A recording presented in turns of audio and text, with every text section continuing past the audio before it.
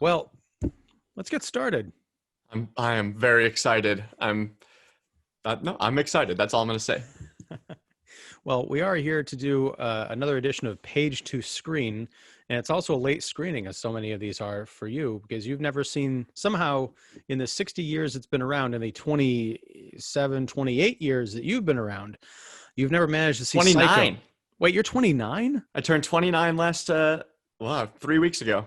Oh my gosh, I totally have lost track of the years. I mean, I met you when you were 12, but Yeah, exactly. but you've never seen Psycho until just this week. You're right. And it's some of Vince Vaughn's best work. No, I'm just kidding. I couldn't wait to pull that one out. That would have been an entirely different and very brief conversation.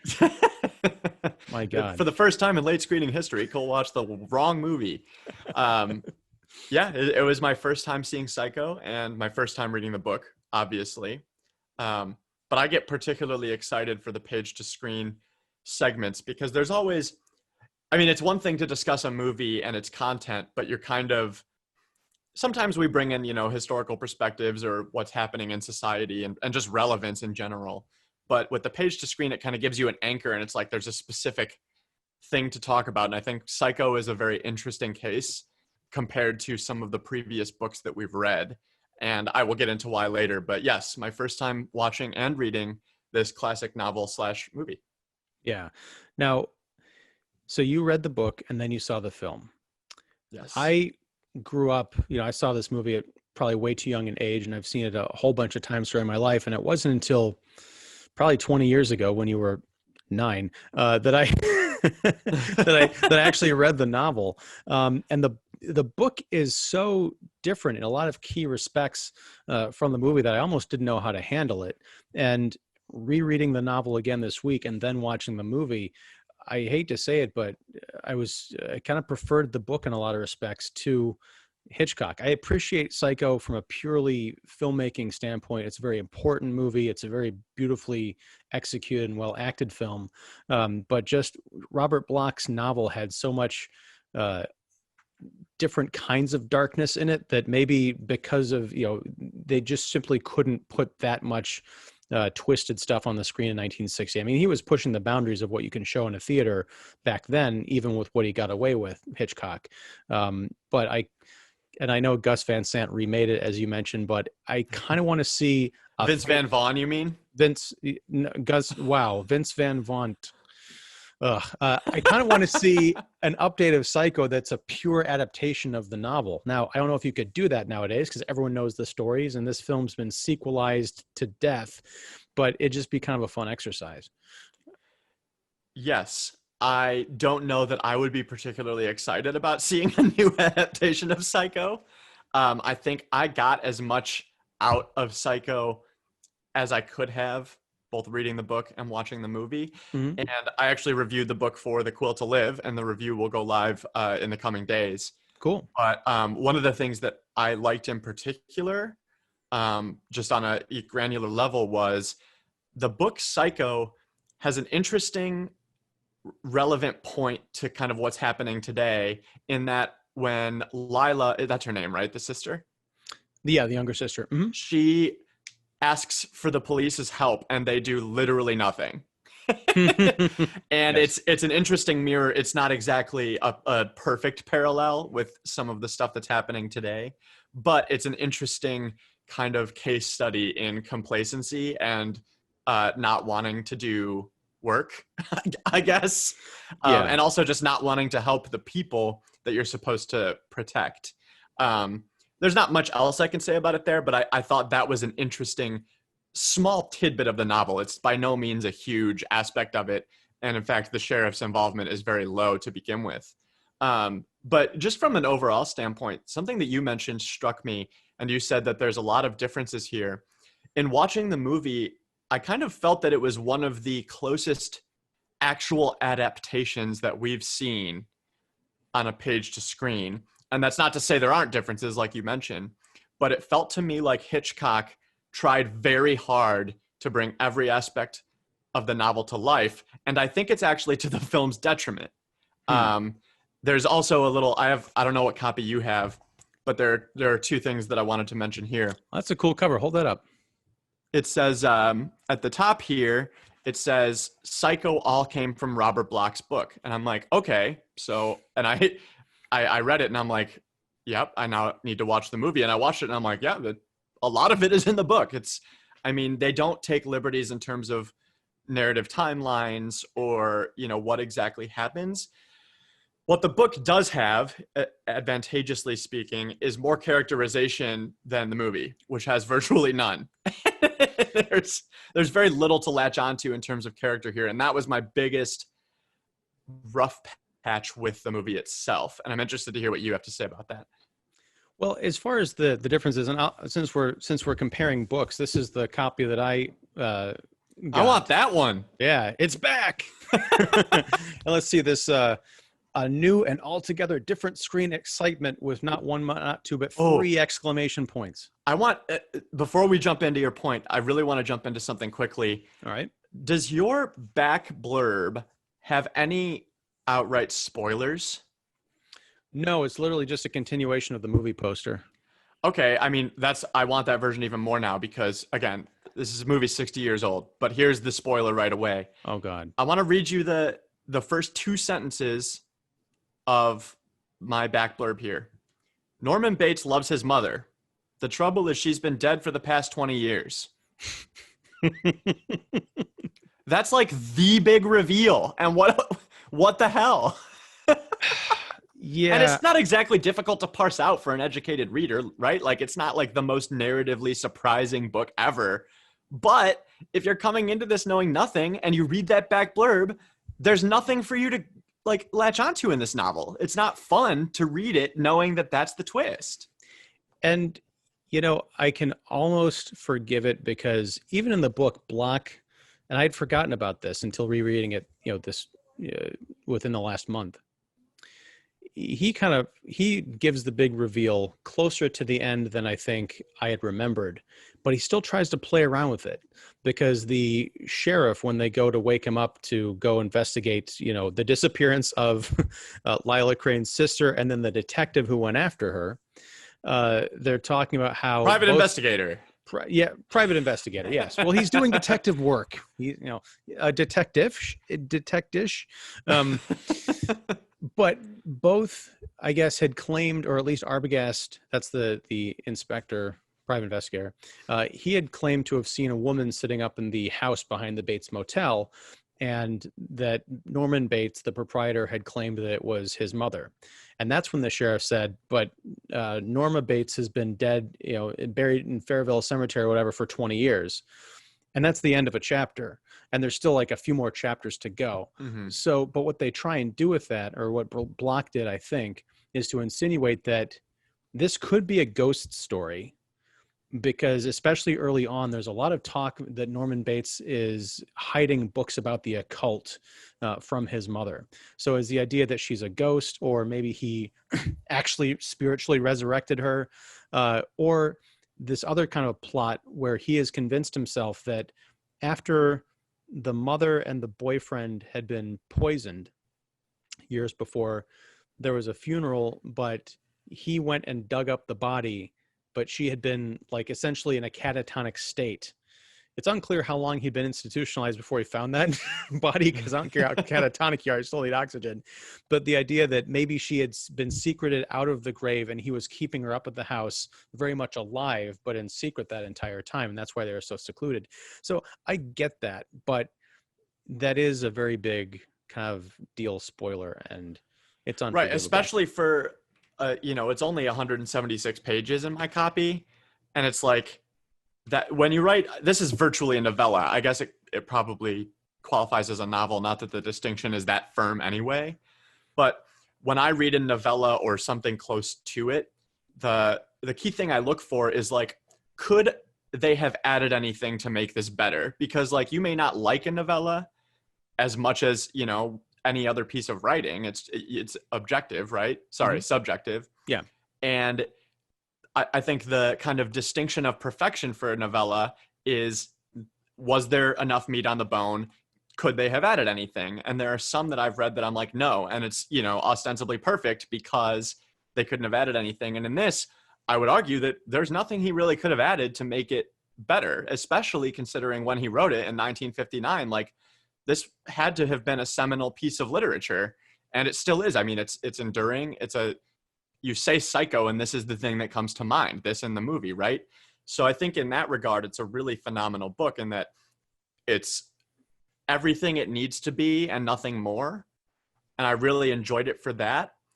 That said, it's also kind of a product of its time, which is another thing I mentioned in my review, in that the narrative style is very kind of, it latches onto details that I don't really necessarily care about that much.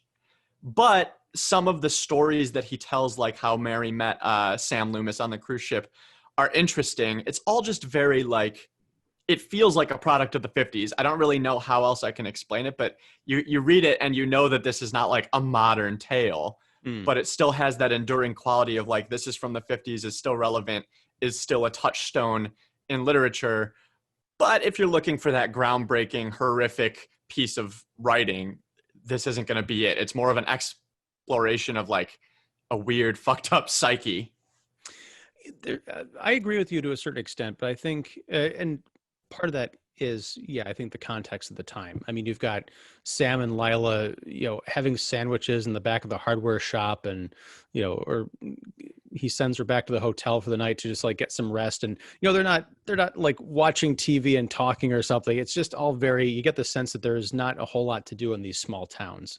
And I think that kind of gets back to the sheriff problem that the law enforcement problem that you were talking about in the novel, not so much in the book, because I think in the book he's a bit more receptive. Plus, there's no like weird bank robbery subplot where like, I've already got one major thing going on. Don't bother me with having to do 2 bits of work. My to-do list is full. But in terms of the writing, this is something that when I first read Psycho many years ago, and the couple of times I revisited since, it always gets me, partially because the movie is so familiar to me, and the shower scene in the film, as iconic as it is and as kind of hard to watch still as it is, it's still just, Norma Bates coming into the shower with a giant butcher knife and doing some slashes. You barely even see any cuts. You see Marion Crane, the great Janet Leigh, reacting and screaming, and then she kind of falls against the shower tile and slides down, but there's no cuts on her face. Like all of the bodily injury, I'm made to believe, is like perfectly below the the bust, not her breast, but the bust, like the shoulder, like, right? Well, face injuries are not becoming of a lady. Come on. But here's the thing.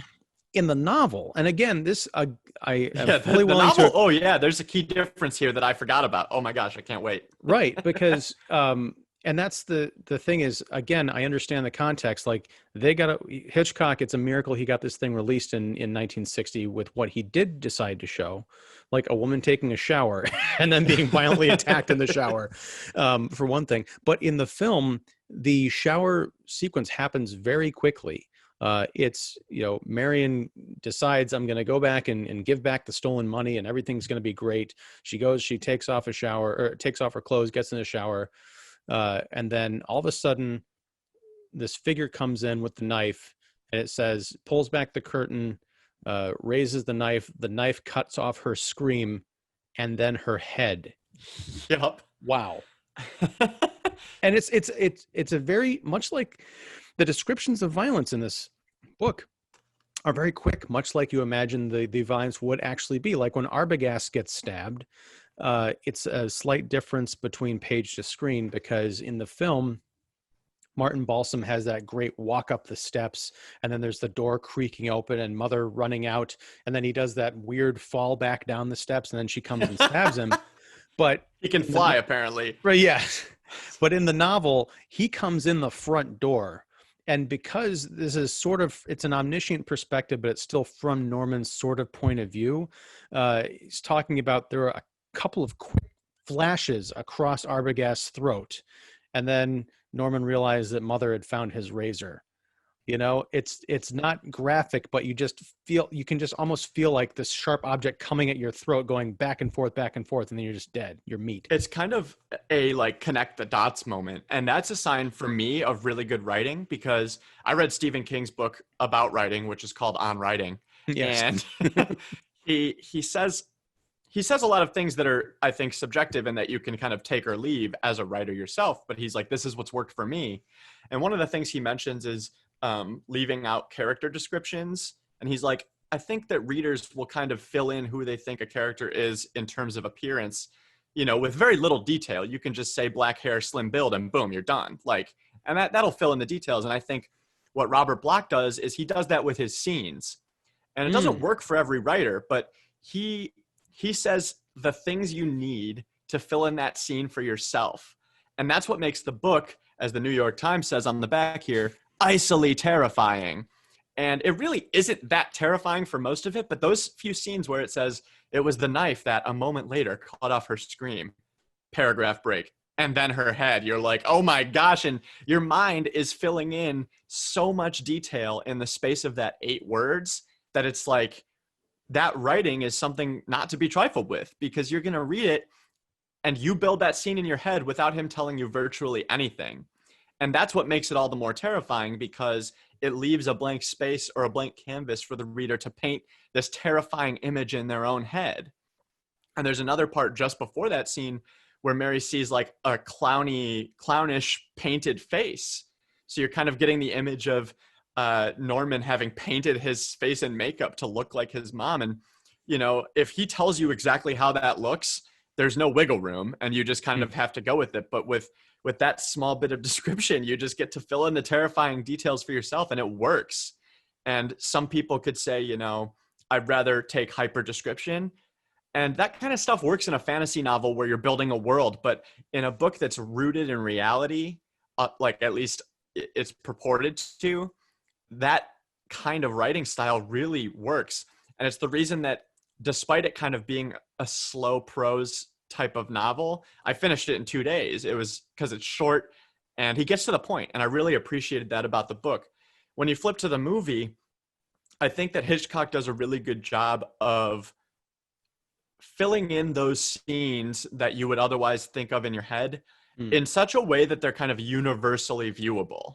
And he does try to hide the identity of Norma, and he does try to keep the secrets really well.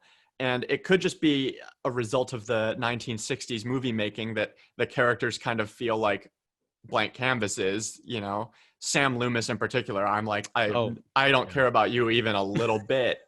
But Norman in particular is kind of this just like, you can tell something's wrong, all the sound cues and all the acting cues, but the actor who plays him, who I believe is Anthony Perkins. I have the IMDb page up again. Look at me.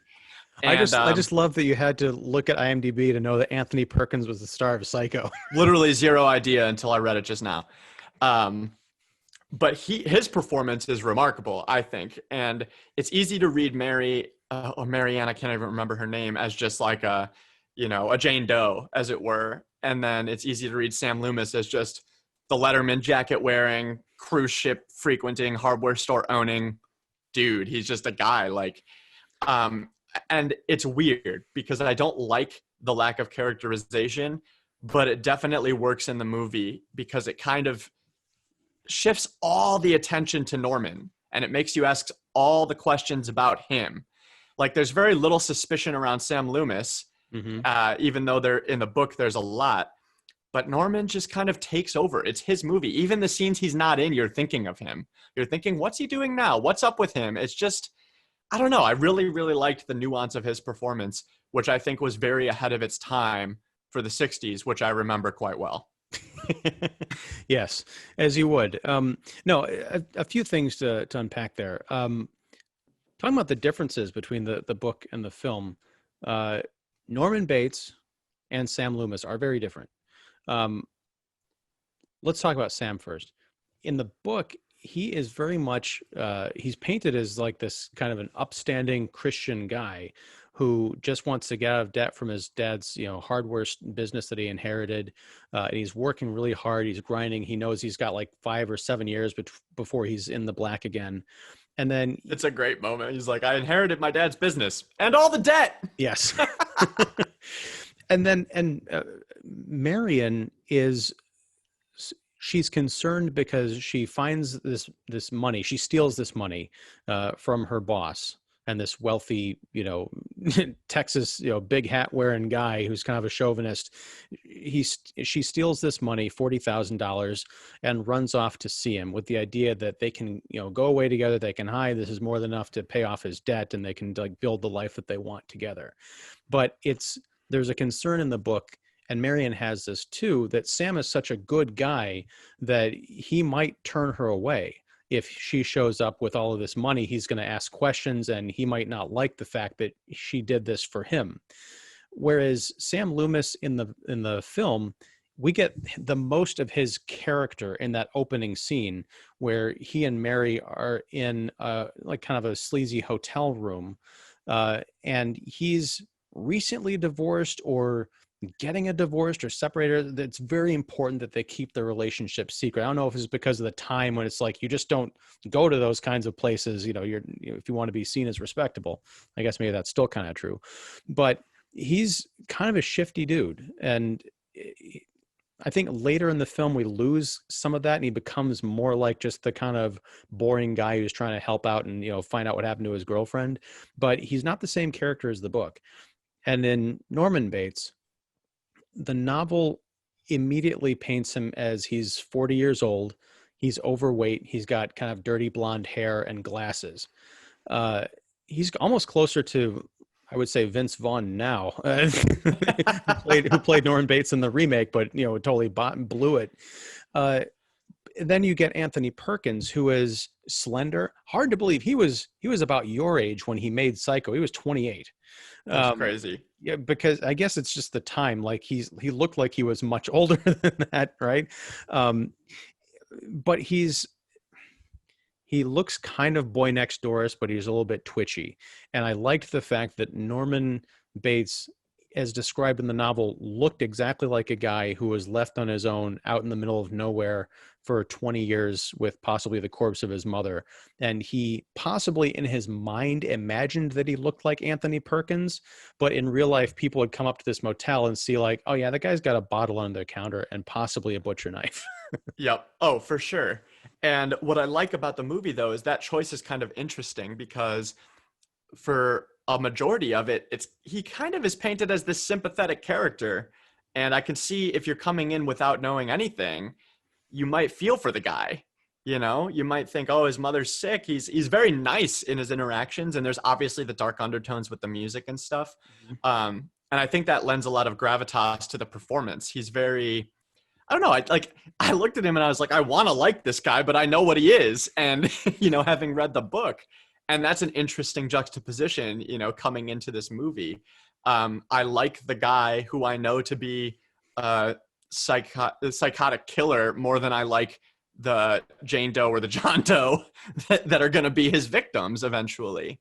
And I guess it just contributes more to the kind of scariness of it at the very end. But I think that the worst part for me of the movie was it takes the info dump of the book towards the end that I was very disappointed by and literally just remakes it shot for shot.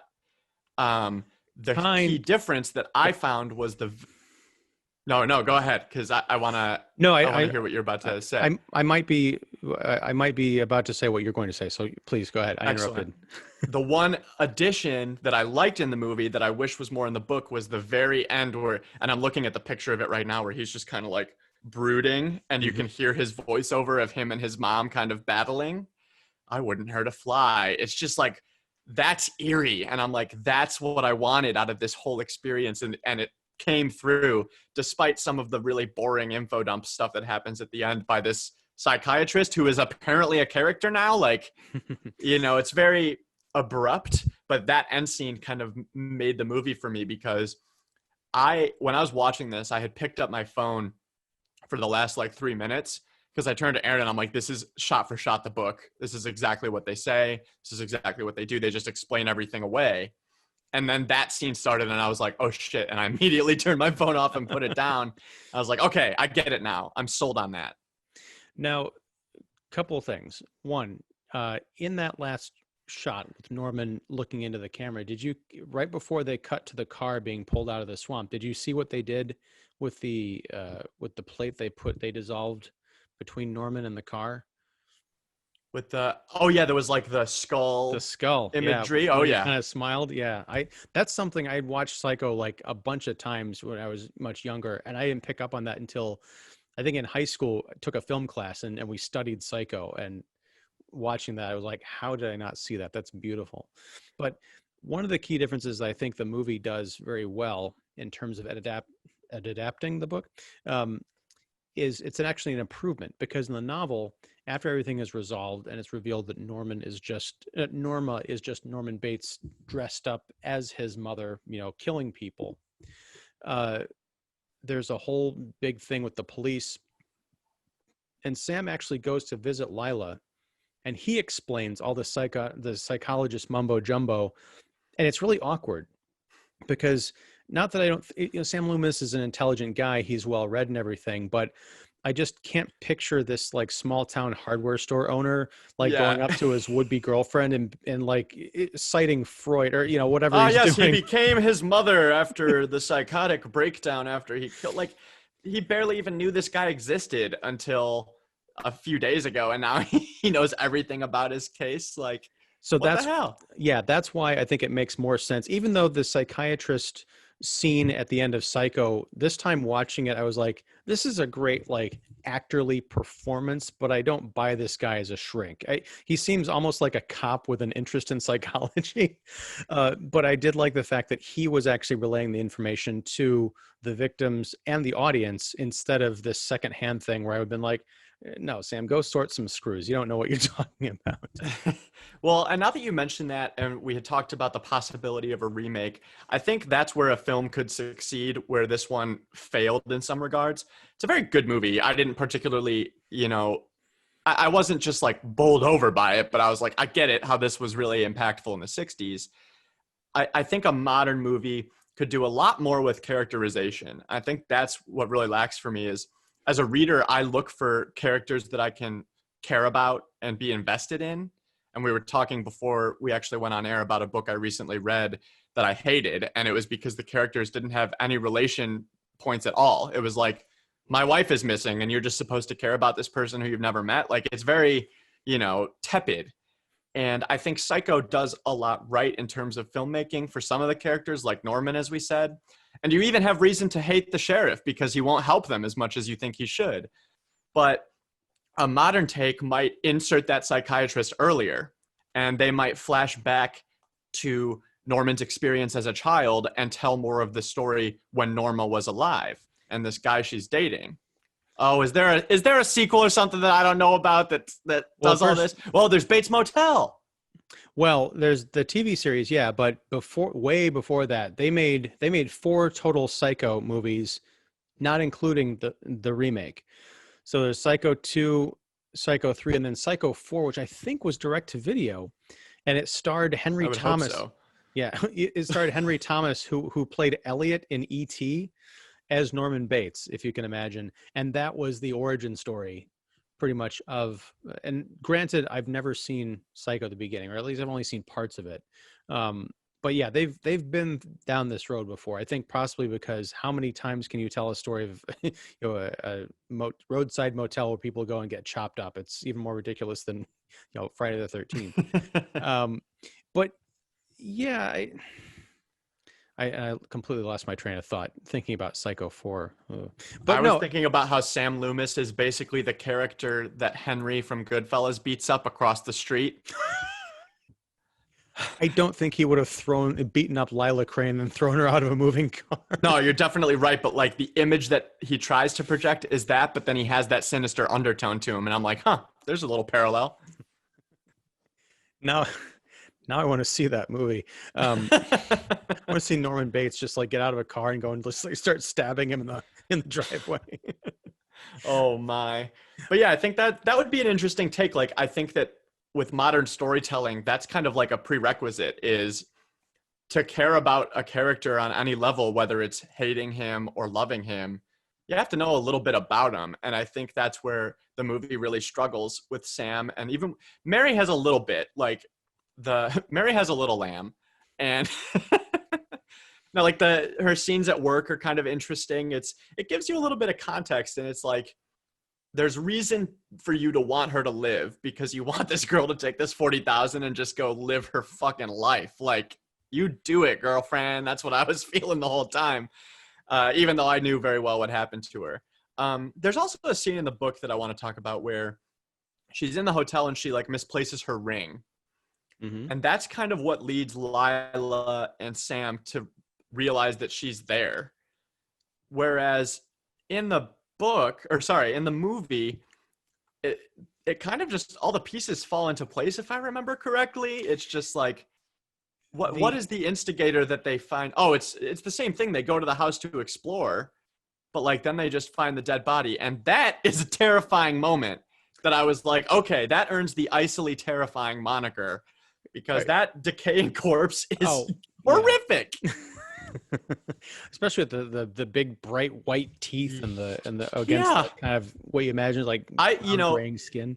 They lay the foundation of like he's a taxidermist, so I figure he somehow recovered his mom, even if she's slightly decayed, and preserved her. But nope, he just kind of let it take its course, which is even funnier considering in the book and the movie he preserves her room almost perfectly from the time era that it was, and the body is just decaying.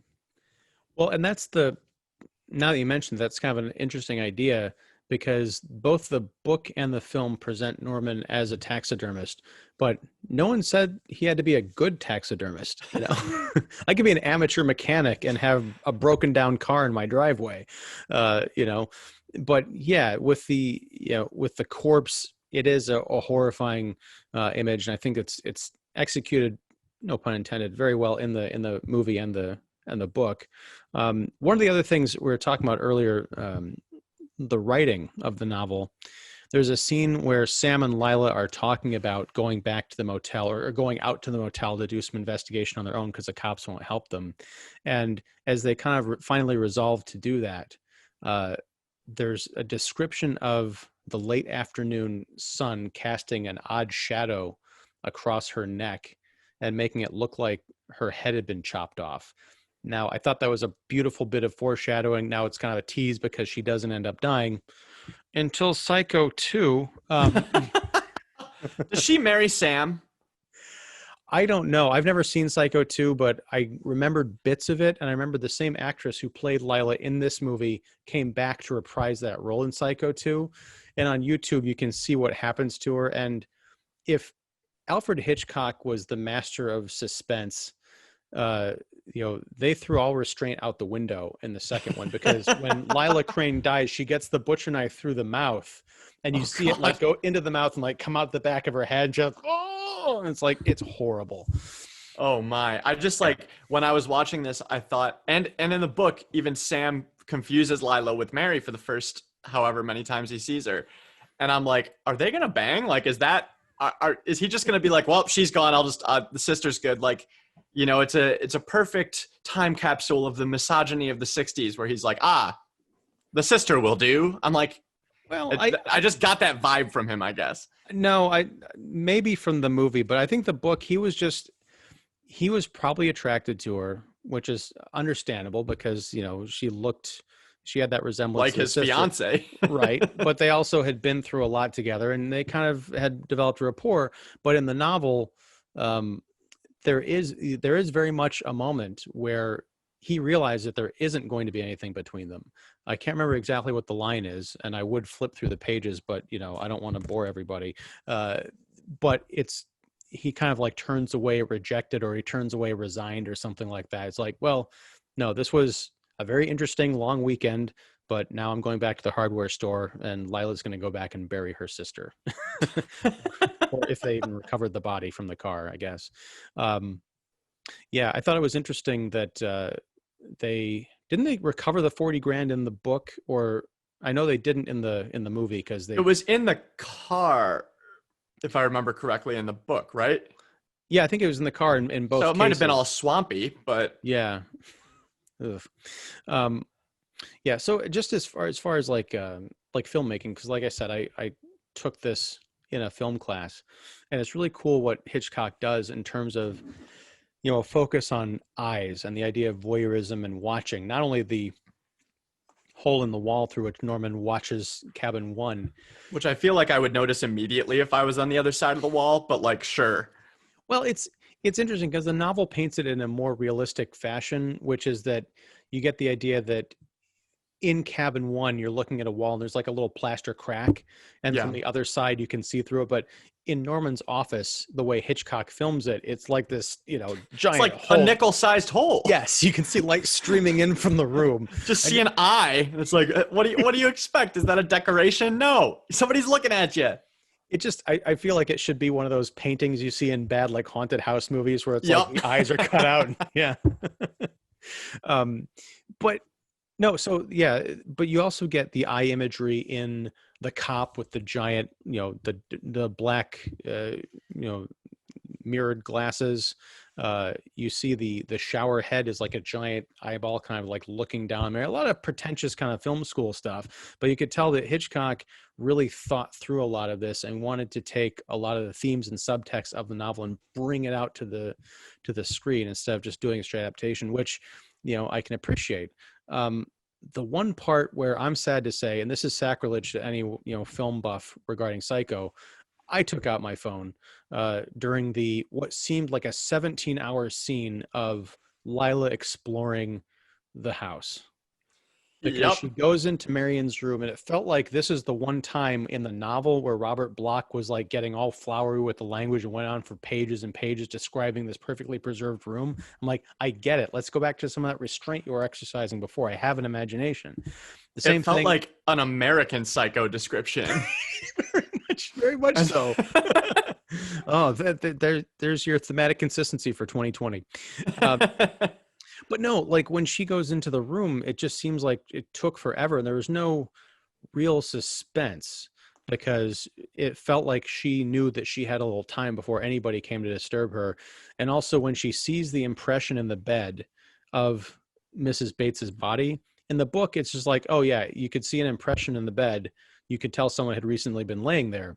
In the movie, this impression looked like it was It's a crater. It was like 6 feet, the 6 feet deep impression of a body. Like, was she made out of, concrete? Or was it just a Tempur-Pedic mattress? We'll never know. Could Psycho have been the secret origin of the Tempur-Pedic mattress? Mattress mother would love. I have a question. I'm sorry. This is completely unrelated to what we were talking about, but it still has to do with Psycho. Who do you take in a fight? The Psycho, Norman Bates, or the American Psycho, Patrick, what's his last name? Bateman. Bateman. I think I take Norman, honestly. In a fight? Yeah, because I mean, as we see, okay, you follow. But who do you take to dinner? Oh, Patrick Bateman, because he's gonna pay, and he can probably get us into Dorsia. No, I was waiting for it. Yes, but no, like the one of the criticisms that I've always had of Psycho is the movie is you follow one of the great horror reveals of all time, which you mentioned when Lila taps Mrs. Bates on the shoulder, that slow turn around of the corpse, like, oh my God, and she screams and she hits the lamp. And then she turns around and we see Anthony Perkins run down the stairs in a dress. And it's just like this expression is like, yeah, it's very, like, I'm so excited I get to stab you. The director told him to look like crazy, and he's just like, yeah, like he's a kid who just got a bunch of birthday presents or something. And then when Sam comes down, it's like, what? How does that track? Okay, so Norman comes down the stairs, but Sam is right behind him. Like, did he not see Sam earlier? Like, was he just like tiptoeing like cartoonishly behind? Da, da, da, da, da, da, da, da, and he's like hiding behind a plant or something. That just doesn't track at all for me. And then he's just holding him, and I'm like, here's the other thing that I find kind of odd. If I Okay, if Aaron was in a creepy basement and had just found a corpse, and I had snuck up on a person who was about to murder her, So we're like, predicting the future now. yeah, exactly.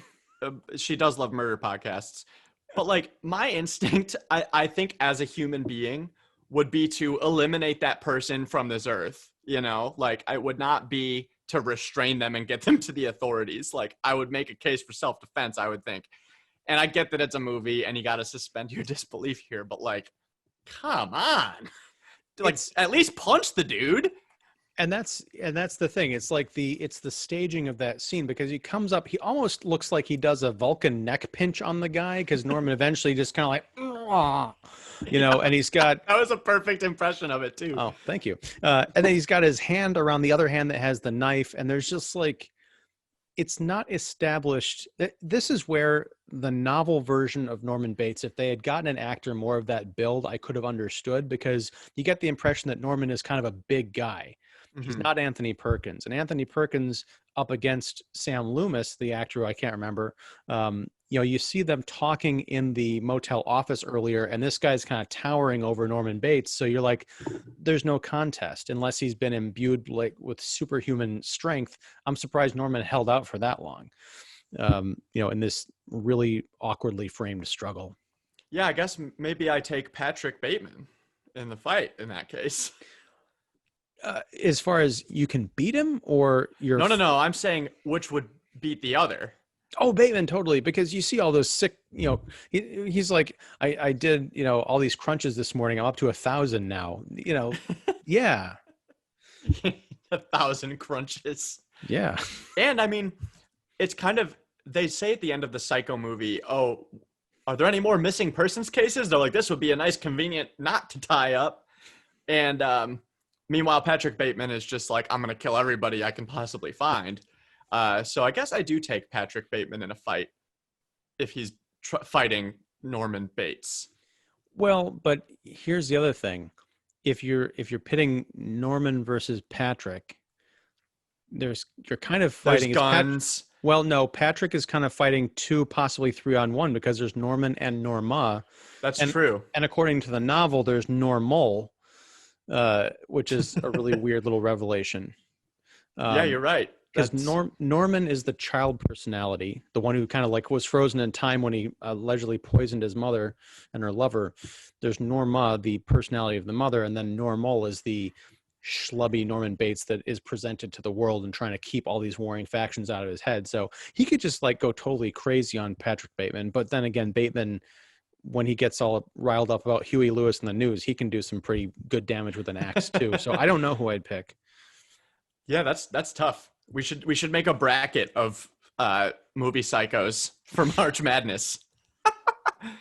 March Movie Madness. Truly March Madness. Yes, I like that. We're going to do that. I'm going to make it for you for the Kicking the Seat website. We'll just do a March Movie Madness bracket and have a bunch of social media polls over which psycho would beat the other. Well, assuming we make it to March of 2021, I will take you up on that offer. I'm pumped about it. Also, we could include, well, here, another fight I was thinking is the Bates Motel versus the Overlook Hotel. I think the Overlook wins that one. Oh, yeah. It's got like legions of ghosts, and this just has a woman who's not even a ghost. She's just a facet of a damaged personality. Very true. But it drives Norman Bates just about as crazy as Jack, what's his name? Torrance. Come on, Cole. Okay, we're doing The Shining later this year. Cut me some slack. Cut me some slack, Jack. No, not at all. So, yeah, I think we've pretty much covered Psycho. I mean, the one thing I did want to mention is what I appreciate as far as Hitchcock and the writer who was Joseph Stefano, who adapted the screenplay from the novel. They actually take some time to front load this movie with the encounters that are just sort of breezed past in the book, with specifically regarding Marion Crane. And I think part of that is the misdirect, because this is the first time, I believe, where you had someone who's billed as a main character. She's on the poster and everything, and she's a big star, and then she's just dead less than halfway through the movie. So you really want to build up and think this movie is really about her and how she's going to get out of this weird situation with this motel, and then she's just gone. It's a great surprise. But in leading up to that, in the book or in the film, I love the encounter with not so much the police, the road patrolman, but the car salesman. I just thought he did such a fantastic job of selling this idea like, oh, my first customer day, this is going to be great. Oh, she seems to be a little bit shaky. Hey, there's a cop, and I'm going to pretend not to acknowledge him. Yep. There's just so much going on in this little 5-minute exchange that it's, I think it fills in a lot of that detail that the book just kind of leaves out. Yeah, there are a lot of scenes in this movie that I think can go down in history as just like great examples of filmmaking, especially from the past. There may be better examples from the future, but like these are some of the scenes that did it first, quote unquote. And I remember in high school, we watched it's like the scene where she drives to the motel and then the shower scene happens. I watched that in a film class, and that was like the way that we learned what a MacGuffin was. Because, she's literally just a plot device to get you into Norman Bates. It could have been anybody. It could have been anything. But, Hitchcock and, well, I guess Bloch, and then by extension, Hitchcock. Oh my. They choose Hit Rooster. There we go. They choose to kind of use Mary, and it's interesting because they have these side characters that relate to her and kind of feed into the story, and it kind of welcomes Arbogast as this weird mobster PI guy. So it's a really kind of a masterclass in MacGuffin, because I guess it's one of the first instances of that happening, where it's exactly like you said, billed as a main character, and then off she goes, and then she's no longer in the movie at all. Yeah, and then even with Arbogast's character, you think, okay, here's the guy who's the kind of like the lawman who is actually going to be proactive and do something because the local authorities aren't, and he just gets taken out. I mean, I don't know how old Sam and Lila are supposed to be, but I'm guessing they're supposed to be at least in their mid-20s, because Marion is painted as being older. They don't really establish the age, but you get the feeling that these are, even though they look much older in the film, more mature, I guess, they're still just kind of kids, and they don't quite understand what they're getting into. So here comes this older guy who's really smart. He's on top of things, and he does the legwork. You probably figure, oh, maybe he's got a gun, or he can call in reinforcements if he needs to, but he gets taken out, and they really don't know what to do. That's why in the novel, when they're kind of walking around town talking out like, should we do this? I don't know if we should. And then they eventually get fed up, and Lila's like, we have to go out there. And then she takes the initiative and sneaks up to the house, because even Sam isn't quite keeping up with what she needs to find out for herself. I thought was really cool. But I did like Martin Balsam's performance as Arbogast, because I think he got across the idea of that authority figure who in any other circumstance would have had the upper hand. It's just that he was dealing with a psychopath who was very good at covering his tracks and had these other personalities working inside him that would not mess around, no matter how much this kind of boyish, stuttering outer persona was letting on that he was going to be duped by this pseudo cop. Yeah, I mean, this is the 60s, where any sign of mental distress is like, yep, lock them up in the institution. And you encounter somebody like that, and it's like, what do? I usually just go find people who have stolen money and then bring it back. Yeah. And Arbogast's surprise is evident as he floats down the stairs to his demise. It's a classic, shot. I always thought it was kind of goofy, but goofy in a way that's sort of spooky because it's unnatural. And you almost get the feeling like if there was an alternate shot of that, you'd see his legs kind of like flailing behind him.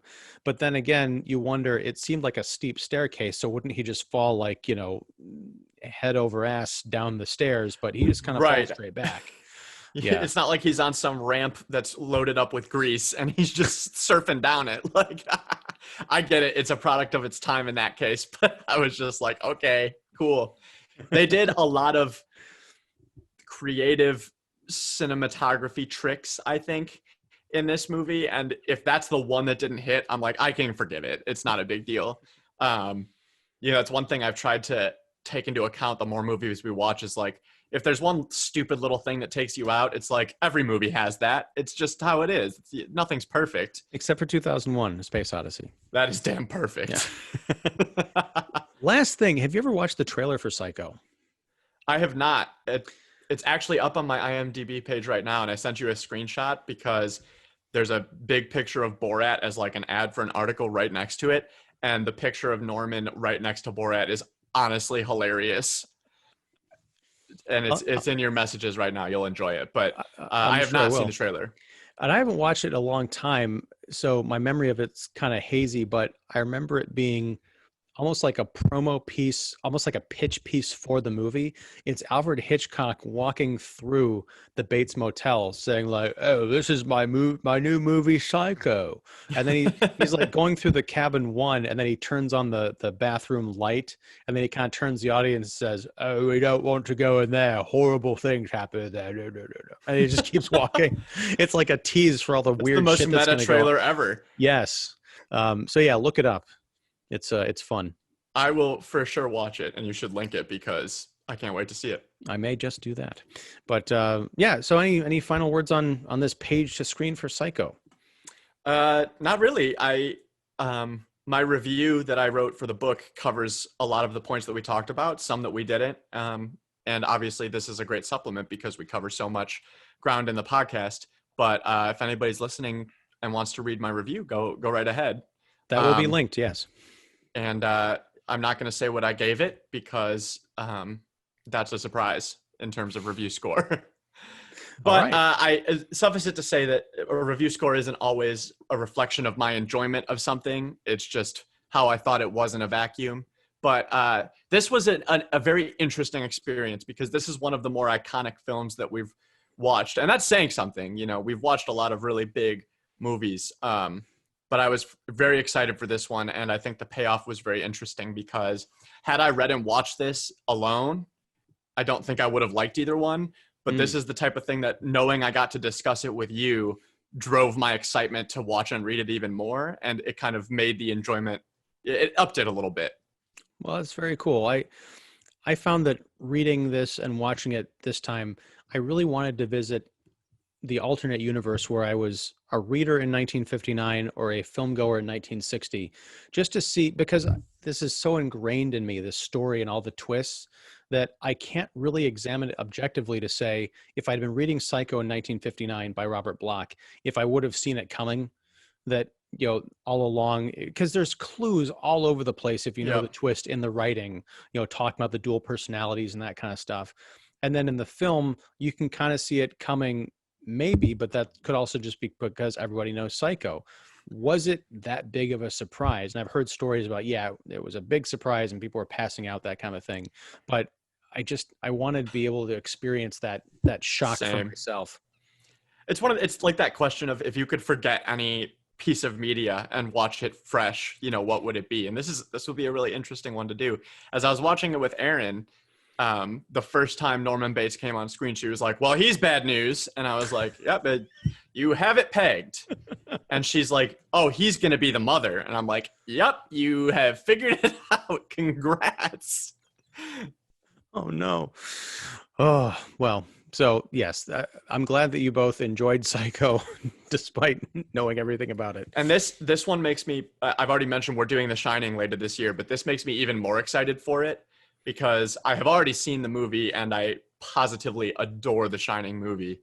And I am slowly becoming a huge Stephen King fan just in terms of his writing. So like, this feels kind of like a good appetizer, as it were, because I think there's more to dive into in the movie there, and the book is obviously like 4 times as long. So it'll be interesting to read those, having also read this, like a creepy motel story becomes a creepy hotel story, and I'm just really excited. I don't really have much else to say. I cannot wait for that. That is a Hitchcock level teaser for our December episode. And here's the boiler room. I can't do the Hitchcock voice like you can. Yeah, that's like the Dick Van Dyke chimney sweep accent, which I also appreciate. All right, man. Well, thank you very much. And yeah, we'll talk soon about other movies / books. Excellent. I cannot wait. And until next time, whatever that is, whenever that is. Did I get it right this time? You got to switch it. Whenever that is, whatever that is. Kicking the seat. .com. Kickseat.com. Kickseat.com. Now I'm messing up my own website. This is great. All right, man. Take care, and yeah, we'll catch you later. All right, catch you later. Bye bye.